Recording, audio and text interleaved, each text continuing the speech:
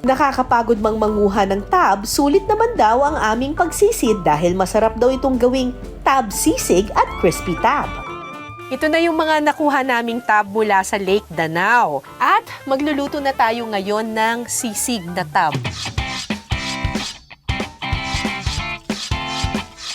Buksan na natin. Ganyan lang. Hahatiin talaga. Yan, tapos bubuksan.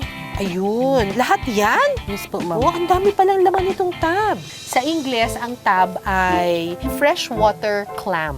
Sa iba po, ang pangalan nito is Bibi. Ha? Bibi. Bibi? Parang baby, ganyan.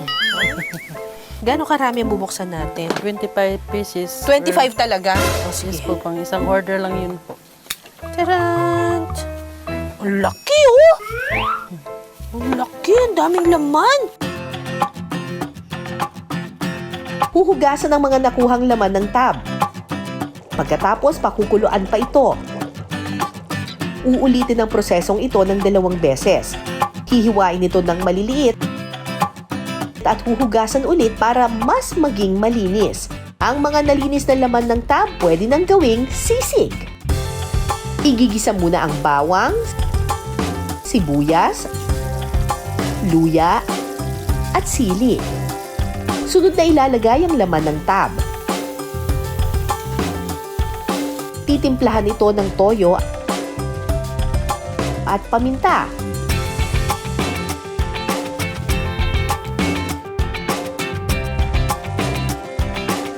Ilang minuto pa, luto na ang ating tab sisig.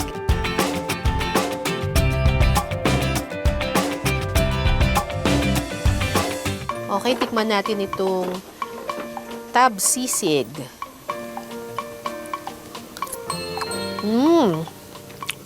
Maanghang ah.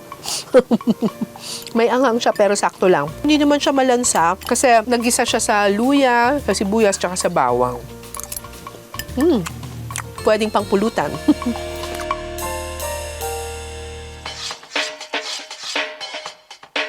Ito, napakuluan na, nahugasan na rin. Para naman sa ating crispy tab, titimplahan ng bawang, paminta, breading mix, at cornstarch ang nalinis na laman ng tab. Kapag kumapit na ang breading, pwede na itong i-deep fry. Ipiprito ito hanggang sa maging golden brown ng kulay. At pagkatapos, ready to serve na ang ating crispy tab.